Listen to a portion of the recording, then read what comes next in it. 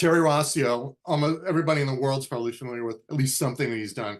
I mentioned Shrek, Pirates of the Caribbean. Terry, I've known him for more than 30 years now, and he will drop the most life-changing news on you in a very, he's literally mild-mannered. He'll just say, Bill, this is Terry. I'm going to the store. I'm going to pick up some milk. Jerry Bruckheimer wants to buy Lightspeed. Let me know if you need anything while I'm there.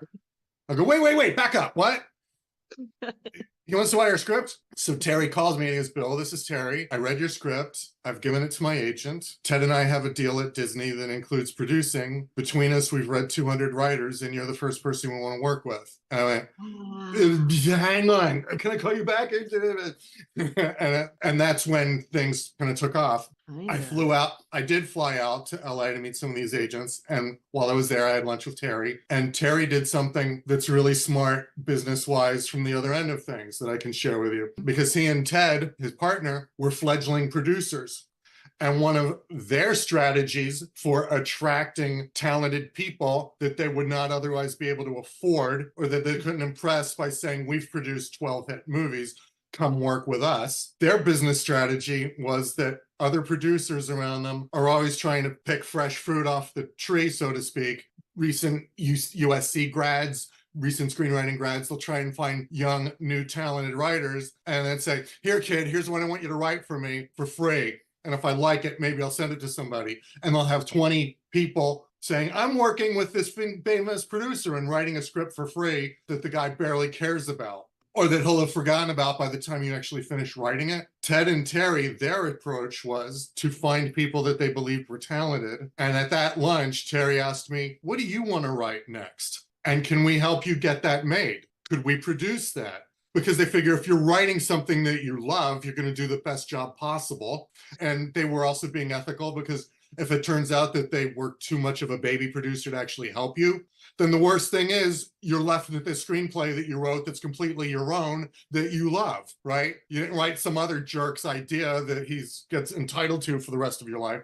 So they were being ethical. It was a win-win thing. Win-win, yeah. Well, win-win's the most important thing on earth. I mean, Yeah. I don't think you should do anything. It's win-win or don't play. But I love the fact that, yeah, that people do, what you're saying is important, which is people do their best work when they're doing something they're passionate about. You have 50 people working for you, 100 people, 500, 1,000 people working for you. You get every single one of them doing something that they are passionate about. Then you're going to have the same experience that they were smart enough to see in you. Okay. Carry on. That's really interesting. So What's smart? They are smart. That was they smart. were. And yeah. And something that there's very few moments in a person's life or in a career where they can actually literally see kind of the fork in the road where it's like, okay, I'm now at a turning point where I go down this way or I go that way. And that's going to determine the way the rest of my life goes. Terry and Ted, they wanted to work with me. But on that same trip, when I flew out, there was this huge Hollywood producer who had a big, gigantic movie coming out in a couple of months starring Arnold Schwarzenegger. Okay. And he asked me to come to his home to meet with him. And he was one of the slimiest people that I'd ever met. The producer. But he wanted me to rewrite my Secret Agent None script for free. He wasn't going to option it, but kind of like, stick with me, kid. Right? Your gut said something's not right here. Something just didn't. Yeah, no, it didn't, because good. You trusted that. I won't go on, but I was literally in this guy's Beverly Hills home, one of my first trips to California ever. And I drove from his house down to Terry and Ted, who were living in Corona Del Mar, which is like an hour and a half south. So that gave me an hour and a half of driving to think about, okay, am I going to work with this big Hollywood producer for free and rewrite my script in a way I don't want to because he's a big Hollywood producer? Or am I going to work with Terry and Ted, who've never produced a movie before, but they're talented and they're smart, and I believe that they're good people? Am I going to chase clout, or am I going to chase talent?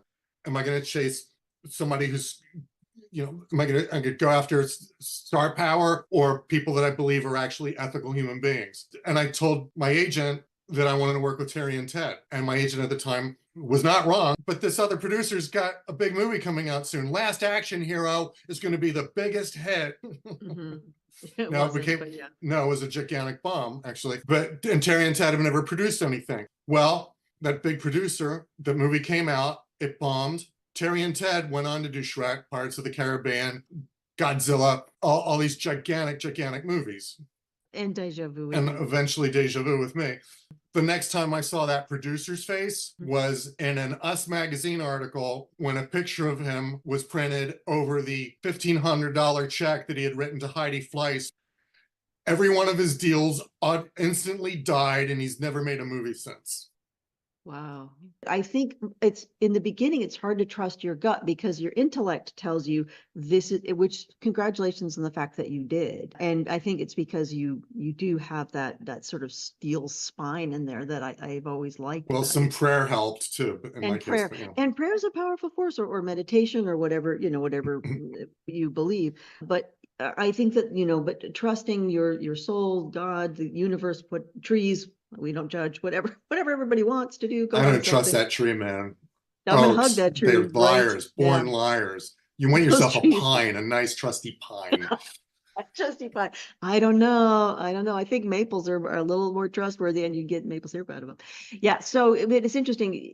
It took me a long time to not necessarily trust what people said, but to watch their actions and what they did, and look at how they made me feel. Did I feel that they were human beings that I wanted to become more like? Because, as the great Jim Rohn, speaker to 35 million people over a 60-year career, one of my mentors, I think I mentioned to you, he used to say, you will become like the people you surround yourself with.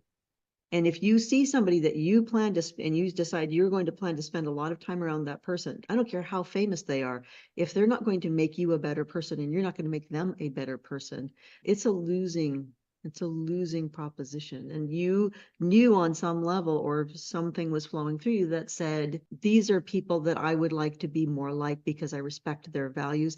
And there's a match there. And, sometimes it's not even so much that the other option are not good people, or are not, smart or talented or done things. It's, this is just a fit for my values, and that isn't a fit for, obviously, I don't know about but no, Heidi Fleiss, there was a very famous case where Columbia, Heidi Fleiss. Yeah, it was The Last Action Hero was a movie that a significant, a noteworthy part of the budget, it turns out, was paying this Hollywood madam. Yeah, so to source prostitute. Oh, that's sad. Yeah. Well, thank you for filling everybody who wasn't around, or I didn't remember every detail. So yeah, I think it's, it's so important, especially when you're young and you're easily, or when you're new at anything, no matter what your age, that it's hard not to be impressed by people who are the cool kids at the table in, junior high. But are they mean girls? Are they people that you necessarily want to spend your time around? And I think that I'm fetch. I'm totally fetch. Yes, totally. Sorry. But I think that, again, surrounding yourself with people that you respect and are going to make you a better artist in your case, and are going to help you maintain the values that that your family has instilled in you, and that you have instilled in the family that you created. I think that most people forget how important that is, and I'm really glad you brought that up. It is. Thank you. And now I promise you, within the next minute or two at the most, I'm going to actually get to Deja Vu, because in the wake of that, Terry, they asked me what I wanted to do, and what did you want to write? Surely they said that they couldn't help me with the Secret Agent Nun script because it was really pretty huge. But I figured they had to deal with Disney, and one of my survival jobs out of college was I worked for a book publisher that also had some children's books. Mm-hmm. And the company ended up going under, and the guy went under owing me $4,300. And one day I was, ouch, which for right out of college, it was 2 months pay back then. 2 months, which that's is meant I was now. Not, yeah. It's like 4 times what that is. Yeah, it was. I was gonna get kicked out of my apartment thanks to this guy. And while I was sitting outside his office waiting for him to not pay me again, and he was sitting inside his office waiting for me to go away, I'm looking at the different books that the company published, and there was this one with an elf on the roof waving his hands like a Christmas elf standing on the roof of a snowy roof of a house yelling, and in the background Santa and the sleigh is flying away over the moon.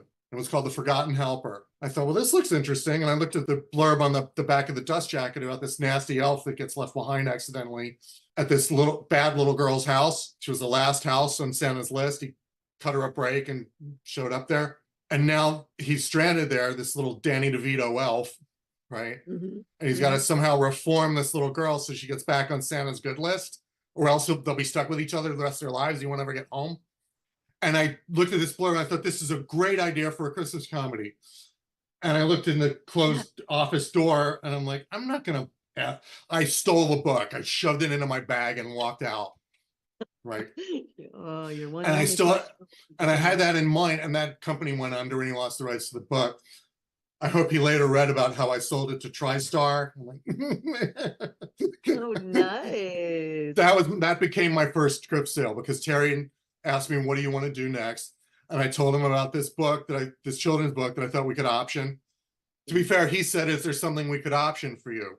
Something you've always wanted to adapt? And I told him about it. He thought it was a great idea for a movie.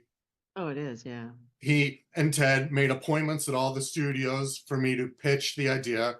I developed it with them, came up with how do we turn this little children's book into a movie. Right. And I sat on people's couches and told the story, and TriStar said yes. That became my first script sale.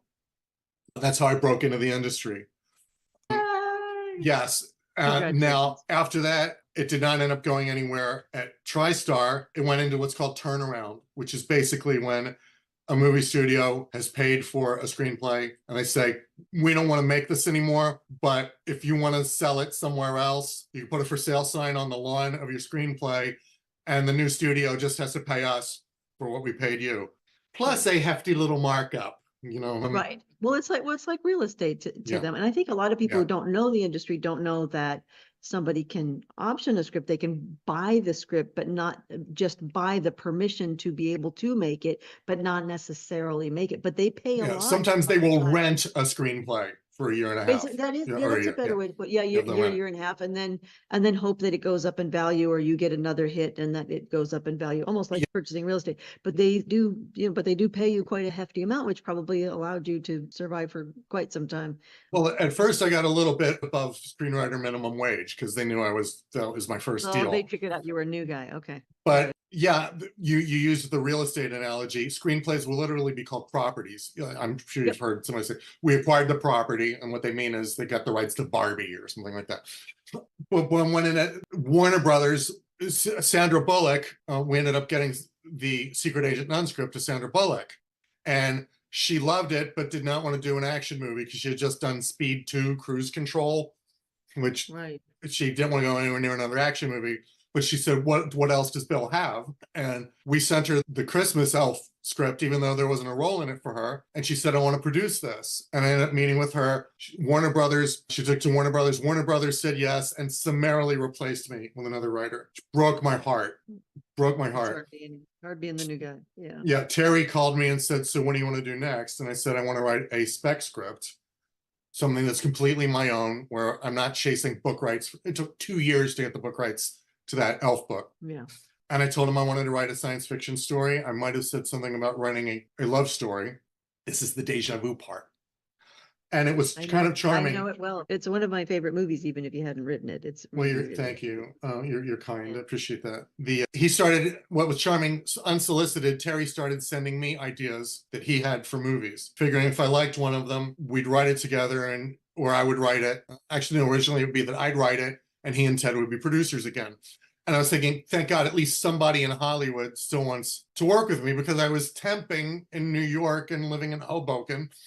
Actually, by that time, I might have moved back into the city. And one of the ideas that, when I was talking to him, it sparked his memory. He had an idea. He sent me this 1 page, 6 paragraphs. It was an idea about an investigator whose girlfriend gets killed. And he ends up being part of this team that has this device called a time window that allows him to look 1 week into the past. And he uses that to try and find who killed his girlfriend. But it's a single rolling replay of the past. You can't go back and aim it somewhere else and have a second look. And as he watches the last few days of his girlfriend's life, and then the last paragraph, it said, and then at the end, he actually uses the device to go back in time and try and save her. And as he was telling me this over the phone, I started to get really excited because I love time travel stories. And this was interesting because it was really limited. It was only a few days. And I got excited. I said, I love it. I really love it. But what if he falls in love with her while he's watching the last few days of her life? How cool is that for a love story? The first time he sees her should be at her autopsy. I've never seen a couple meet like that. Right. And I just started. That's new. Yeah, that's new. Yeah. And I started getting on fire about it. He said, go, run with it. He let me change the title to Deja Vu, and I spent A good fit. months outlining the whole thing because it was this time twisty, plot twisty sci-fi story. And I had outlined the whole thing. I'd written about 55 pages of script. I was working on it alone at the time. It would have been screenplay by me, story by me and Terry or whatever. And I got blocked. I got writer's block, among other things, because of the September 11th attacks, because scene one of Deja Vu was a terrorist attack. And I was living in New York at the time until the end of August, 11 days before the attack. I was working at the World Financial Center directly behind the World Trade Center. I was in the World Trade Center every morning on my way in and out of work. I saw the second tower fall from the street. Now, mind you, I'm a witness, not a victim. I'm not trying to milk this. When that happened, I couldn't. Sorry, you think you're over something. But you know. I couldn't look at the script for months. I thought there's never going to be a fireball in a movie ever again, you know? I put it away. I couldn't look at it until the following May. Terry called me and he said, you know what? Can you send me what you have on Deja Vu? Just let me look at it. So I sent him the outline. I sent him what I'd written, including at one point, in order to try and work past the block, I wrote the ending. Oh, And my inner muse said, okay, we're done. And I'm like, no, there's the middle. We got to finish the middle. Wake up, brain, you know. But he read it. That's a lot to go through. And I think people get, you know, writer's block or business block or sales block or whatever it is. I mean, we all experience those times, and especially during a time of trauma.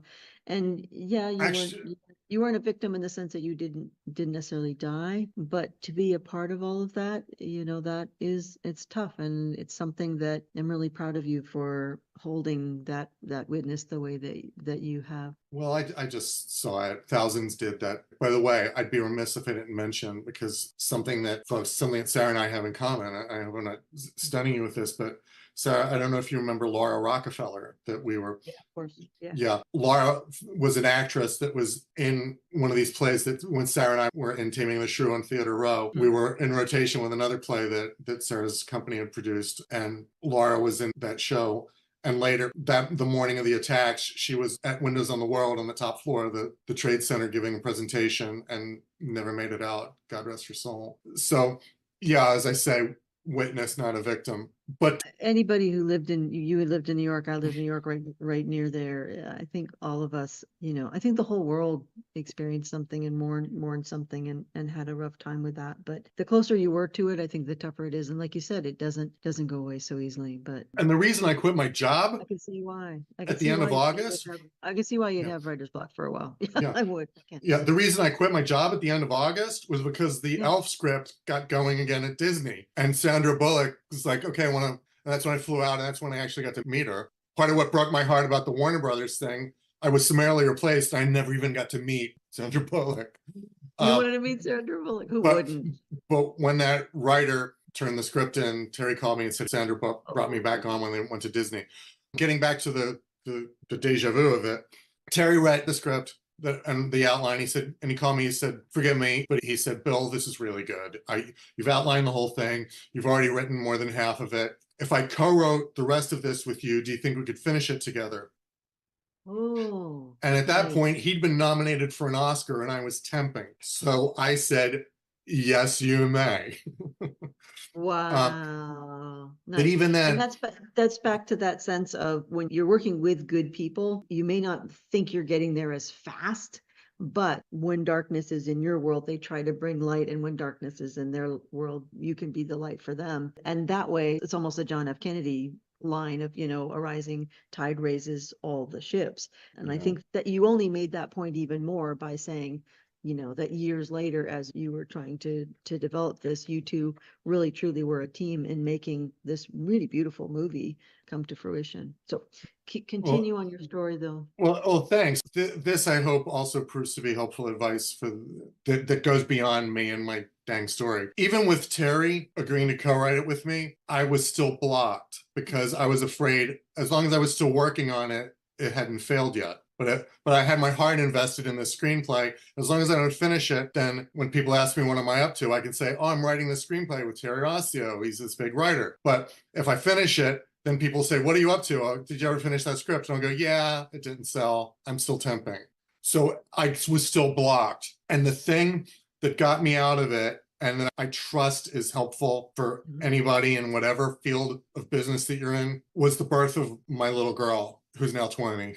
But Your baby. our daughter Chella. This is one of those stories when I relate it, it sounds made up. I can only ask you to please believe me. This is really true, mawkish as it is. She was less than a week old, and I had been through another night of not writing Deja Vu. There were some nights that I stayed up till sunrise with my fingers over the keyboard, and after a while they would just tremble a little, and that was all I got done. I had so much invested in it emotionally that I was afraid to finish it. And she was less than a week old. I'm standing over my daughter's crib in the dark. Laurie's already asleep. I'm looking down at her. I gotta be careful because I don't want to get choked up on you. And I thought, this little girl deserves a daddy who's trying as hard as he can. I've got this fantastic opportunity and I'm not doing it because I'm afraid. Stop it, stop it, stop it, stop it. To have something that's more important than your own success, to be a reason for you to do the scary thing, something above yourself, is, I think, for me at least, it was transformative. It was the thing to have something beyond, I want to be a star, I want to be a success, I want to make lots of money, I want to have a big house. How about, I want her to have a big house. I want her to go to the college of her choice, you know, instead of, hey, everybody dig me, right? So I called Terry the next day and I said, Terry, I'm flying out to LA, set a week aside. We're going to get in a room. We're going to kickstart this screenplay. We're going to get it going again. We're going to write it. And I flew out here and Terry put me up for a week and that worked. We actually started writing the script and we finished it around like April or May of the following year. This was around getting onto Memorial Day 2004. And at that point, Terry had already written Pirates of the Caribbean for Jerry Bruckheimer and had a fantastic experience with it. So his agents and mine came up with a game plan. We're going to send it to Jerry Bruckheimer and we're going to give him a 48-hour head start on the rest of the town, which is a gigantic favor to give somebody an exclusive first look at a screenplay and pull my own ego out of this. First look at a Terry Rossio script, along with this kid who probably just brought him coffee. And we gave it to Bruckheimer. Okay, and this is where we're getting into the fireworks factory, everybody. Okay, I'm about to tell you. Over the next 2 days, I started getting reports. So-and-so at Bruckheimer read it. Now his boss is reading it. Now their boss is reading it. They've sent it to Disney. The execs at Disney have now read it. Now we're just waiting for Jerry. And as the 48 hours was approaching and we kept getting good reports that, you know, all these things are falling into place, Bruckheimer asked for more time because King Arthur, his movie King Arthur, was about to come out like a week. It was premiering in a week in New York as it happened. And I didn't know if that was really why he needed the more time or because he was on the fence about the script. Okay. And then Thursday, I got a phone call from my agent and he said, we have an offer. And I go, okay. And he says, 3.5 million to acquire the script. And I went, okay. This over the phone, right? I just go, okay. And he said, there's more. And he started giving me these very round numbers, very easy numbers, and I couldn't add them up. Basic math skills completely flew out of my head. He was saying $1 million when it goes into production. And then he said this other figure. And I said, okay, $1 million if it gets set up and we get sole credit, that plus 2.5. And eventually I added it up to 3.5. And I said to him, okay, how do you like that offer? And he goes, I think we can do better. The agents, right? Yeah. And so that's why you have agents, because they see things you don't see. Because they say stuff like that in a completely calm voice, like, I'm going to get some groceries. Do you need milk? Yeah. Yeah. And I said, he said, so he says, I think we can do better. Okay. Although if you can't, that's okay. If it's okay if you can't, okay. And then I hang up and then Terry calls me and he goes, woohoo! You know, the first thing he says is woohoo. And it started flooding out of me. I'm like, oh my God, can you believe this? I don't believe this. 2.5 million or whatever. And he goes, and how about those bonuses? And I said, you mean one bonus, $1 million, it goes into production and if we get sole credit. And he said, no, those are 2 million. I mean, no, those are two different bonuses. And I went, You mean it's 1 million more than I thought? Already? And it was actually, it was 4.5, not 3.5. Wow. Over the next, and I had to go to work that night. I was working night Your temp shift job. Your and my temp temp job job. overnight. I wasn't just going to pop the finger at my day job and say woohoo, but I was reeling. I was just totally in this miasma. I couldn't believe it. And my job, I had to take the subway to 42nd Street and Lexington, like just in front of Grand Central Station. And then from there, I walk a couple blocks east to work. And I come out of the subway station like, oh my gosh, $4.5 million. Oh my gosh. And I come out of it and I'm in front of Grand Central Station and there's cabs going 42nd Street and Lexington or 3rd, whichever it is, are two main drags and all this taxi cabs running the light, buses, and I'm there at the corner because I have to cross both streets. And I started shaking. I'm like, oh no, I've seen this movie, man. I've seen this episode. The guy thinks he's made it, and then he walks across the street, he gets hit by a bus. Why did I leave the house? No, why did I leave the house? Right? I was afraid I was going to get killed on my way to work, right? You, And I get there. You are a screenwriter. That's all you Yeah. could see was a movie in your head. Yeah, all I know is and then Rod I've seen Serling this says movie, the guy dies. Yeah. yeah, and then they pan over to Rod Serling saying, yes, he thought he had it all, but not in the Twilight, So I get to work, and for the first time in the year and a half or 2 years that I've been working there, my supervisor is standing on where the office is like on the 11th floor, and she's standing on the curb with a file folder looking up and down the street, waiting for me to show up. And she goes, here, the client's waiting for you in this building down the street. Go, they're waiting for you. And I have to go, and I end up working 11 hours that night, and they're telling me all this stuff they need, and I can't hear them, and I'm just praying under my breath, please get me through this night. Please don't let me blow all this. You just couldn't think. Yeah, because then they were still negotiating what the script was going to sell for.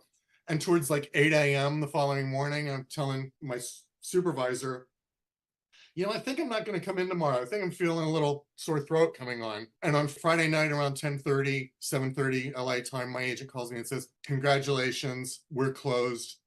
3 million against 5 million. What that means in Hollywood parlance is 3 million's guaranteed. The morning after that phone call, if Bruckheimer had woken up saying, what was I, drunk? He'd still owes us $3 million, right? 5 million if it gets produced, and it did get produced. And it did. So and it did really well. And it did really well. It did very well worldwide.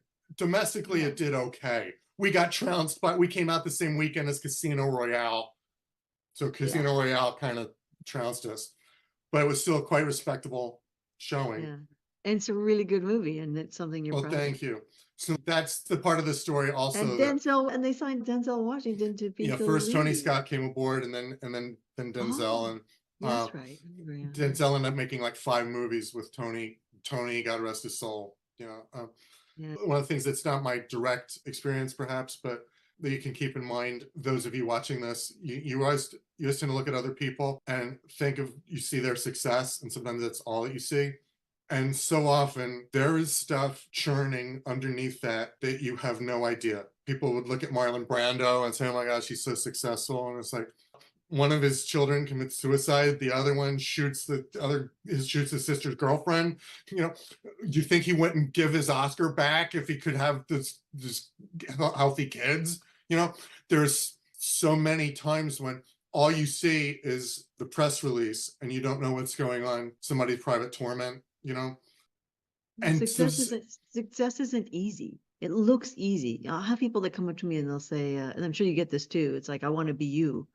And I think, do you really want all my insecurities? Do you want my sick parents? Do you want, do you want my husband? Okay, well, first, here's my glasses. You're going to need those. Yeah, exactly. So, it's like, if you're going to compare everything, but you don't know everything. And you don't know what it took for them to get there. I mean, now you just were kind enough to outline really what it took for you to get to where you are now, which is really, really an incredible journey that you have been on, and the success that you've had is hard won and well earned. And I'm so proud of you. I'm so proud of what you've accomplished. And we're all just so honored that you would take the time to be on the Inspiring Victory show. Thank you, thank you, thank you. But yeah, Well, I realize I I do think go you're right. on, but thank you. I know I love every minute, well, I love spending time with you anyway. But yeah, I think, I think it's easy to see other people's success and not realize that there's a human experience there. And then everybody has some area of their life that's maybe lagging behind. Maybe it's their confidence to be able to find a way around writer's block, or maybe it's, they have a temp job and a child and a very talented wife that you had, and they still have, have to find a way to make it, make it in the world. And I think fear of success is real. I think fear of failure is real. And I think we all have to kind of work through our own psychology to keep moving forward, even when things feel difficult, impossible, or when the world feels like it's sort of imploding in on us. But how wonderful that you just persevered. You just didn't give up. And you wouldn't be where you are today if you hadn't just put one foot in front of the other. And you're a wonderful writer, and you're one of the funniest guys I know, and you're one of my best friends. And I'm proud to say that. And Kind, thank you. really, really proud to have you on the show. Do you have any one last bit of advice for somebody who's getting started, and whether they're just coming out of college, or they've got a brand new business, or they're starting a whole new side hustle or business, or they want to get into the more artistic industries that are also a business? Do you have any advice that you would give? We always talk about you, like you said, that young you, not necessarily polished version of young you, but what advice would you have for them? Well, Bill? I can tell you, I suppose the advice I would have for others would be an extension of, here's what I did. Your mileage may vary, Yeah. I think generally speaking, particularly in fields where you have to start out at some degree of internship, or where there's lots of people who are trying to break into this, and your earliest likely jobs or feet in the door, or whatever you want to call it, are not going to be the thing that you most want to do. Do the best, whatever job that you've got in front of you. In my case, writing whatever you've got in front of you, but also in our profession, often people will be writer's assistants. They'll have internships out of college. There'll be production assistants running around at all hours on a movie set, getting apple boxes for somebody to sit on, getting the director coffee. Don't ever put up with abuse. You do not have to put up with abuse. One of the few movies I ever walked down on was a movie called Swimming with Sharks, because Frank Whaley plays a studio executive assistant who routinely gets coffee mugs thrown at him and gets called a brain dead mongoloid. And the moral of the movie is you just have to do that until it's your turn to call somebody else that. And I got up and I walked out of the movie. I'm like, no, do not. Yeah. No, you're not going to do that. And I think the same applies if you're, if you have a business. Don't do deals with people that you wouldn't want to be friends with. I mean, because what's going to happen is it's probably not going to go well, because you're not a fit in terms of values. And then one of two things are going to happen. It won't go well, and they'll badmouth you, or they'll think it goes well and they'll give you 10 more people just as awful as they are. So yeah, you don't have to put up with abuse. You don't have to do business with people you don't really, really want to. And you don't have to, take abuse if you're in a subordinate position, especially. Good for you. So sometimes you will end up working with people that you might not choose to on your way up, but you can have your own private work ethic. That doesn't mean you're going to help Jeffrey Epstein load kids onto the plane. I'm not talking about that. Those early jobs that necessarily you might not want to do them to the top of your talent, and do them better than you need to, because eventually somebody is going to look at you in between their own phone calls, and somebody will likely sit you down and say, okay, what are you working on? What are you up to? Because you're too smart you're not going to spend the rest of your life fetching people coffee. And it's their job usually to find new talent. And they know that you wouldn't be doing this unless you had higher aspirations. And if they can hitch on to what you're doing, maybe you'll both make some money. They help you, and then you owe them a favor, right? Mm-hmm. A lot of those agents that I sent my script to originally, I got those names because someone at MGM read my script, and MGM ended up not buying the script, but they helped me get an agent. MGM started sending my script to agents, because if one of those agents did become my agent, well, now that agent owes that executive a favor, doesn't he? The next time when I write my next script, she gets to read it first, right? So there's this kind of a little barter. It's kind of the way it goes. One of the other pieces of advice I can give you, because I've talked about, people looking at other people's success, so to speak. even in this call, the Zoom call, you're seeing the bright side of me. I'm not talking to you about how my career went fallow for a couple of years. I got some really, you might think, oh, he got this huge payday. He's set for life, right? It's drinks by the pool with movie stars all the time. It's like, no, just how many people that we know of are billionaires declared bankruptcy at some point. I ended up reading a book called The Imposter Syndrome, because at times I was like, well, I'm in this book called 101 Habits of Highly Successful Screenwriters, but they actually don't know about that one project. I don't really belong in there. As an entrepreneur, you might be looking at other people's success. You might be saying, like, oh, I want to be the next Bernie Madoff. And you don't know what's actually going on there. There's a tendency among some personalities, people like me, perhaps if you're creative, where you believe everybody else's hype, but you look at your own accomplishments and you're like, well, not quite, or not really. Or yeah, I had that project with Reese Witherspoon, but only one person wanted it and it never got made. I only had one meeting with her or something like that. But you're believing what you read on everybody else's IMDb page. When half of their credits that project's been dead for 6 years, that's never going to happen. But no, I don't think anybody gets up and is successful every single solitary day. That's just not life. And you're in a business, and a tough business, because it's a creative business where you put your heart and soul into every piece of it. And I think that we should all put our heart and soul into every piece of it, and we should all do things to the very best of our ability, because people do notice. People do take notice, whether it's the clients that you serve or whether that's the partnerships that you want to forge. People do notice, and we see you, and we all intellectually know that, yes, you've had some really big successes in Hollywood, but nobody gets there alone, and nobody gets there without some pretty dark days and dark times. That's just the human experience. And so again, to look at everybody's highlight reel of all the cool things they've done, you also have to see what are all the other things, and then take credit for the things that you have done and let go of the things that didn't work so well. Yeah, I think don't overhype yourself. We've already talked about, don't frame the truth in the best light possible. Don't just start. But it better be the truth. Yeah, don't Photoshop a fake Tom Cruise movie poster with your name on it and stick it up in your office. Yeah. But conversely, don't believe everybody else's hype either. Try to be kind to yourself as you're doing this. By the way, I mentioned there are movies that Tom Cruise has not been able to get made. You would think he's Tom Cruise. Yeah, he's Tom Cruise. Box office star. Yeah. He had a project with Guillermo del Toro, who's won an Oscar for Best Picture. Guillermo del Toro and Tom Cruise had a movie going for a while, and they couldn't get it made. Steven Spielberg has had movies he can't get made. Everybody. Or movies that tanked, movies that just did not do well, that we all thought would do great. Yeah. And if you wake up every morning judging yourself by what didn't happen or by what failed, you're in for a life of hurt. So just be kind to yourself, Frame the truth in the best way possible, even to yourself. Especially to yourself. Maybe especially to yourself. I think that's brilliant. Which is a part of psychology and cognitive behavioral therapy. And I realize we're wrapping this up. I don't want to go on too much. But it's a technique even in cognitive behavioral therapy. Some people will say, they'll say about a bad patch in their life or their career, you might hear people say, I lost my house.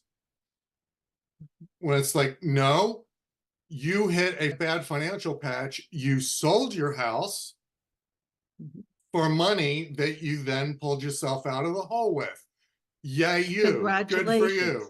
Congratulations. Yes. You bit a bullet. You bit a belt. How you frame things is everything. I mean, and you didn't lose it. You made a hard choice, and you made a hard choice. Everybody has to make hard choices. And I think when we're going through those hard choices, and I remember calling you one time. I was like, my company is dead. I'm going to have to take up underwater basket weaving now, dear. You got any career advice for me? I still have that basket, by the way. It's almost dry. Thank you. It was lovely. It was beautiful. It was very attractive. Yeah, but I remember calling you in tears, and you were like, "You're going to be okay." I would not be here, without that little boost of support. And the many times that you've done that, but I really thought, I was like, that is it. My business is dead. It was right. It was right after 2001, where it was like no business for speakers or consultants. It was just nothing. And I was like, okay, I got to find another career now. And then you said, well, hang in there a little bit and see if it turns around. And a couple of months later, I got the biggest project that I had ever had to that date. And I remember calling you and going, okay, you were right. I guess I don't get to, I guess my career as a pony farmer, underwater basket weaver is not coming to fruition. And it's grown and grown and grown and grown. But I think you have to have those people in your Underwater life. pony farm. Now that's something. Now we've got something together. There you go.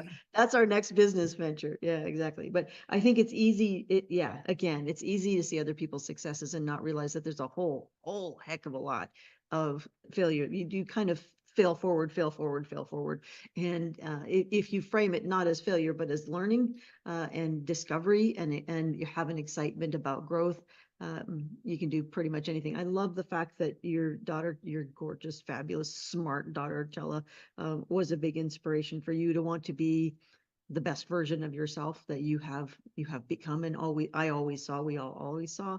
And I love how you have just sort of blossomed as not just as a writer and as a person in Hollywood, which is a very difficult career, but who you've become as a human being is somebody I'm really proud to know. So thank you Oh, for being thanks, on the Sarah. You show. too. I love you. Thank you for being on the show.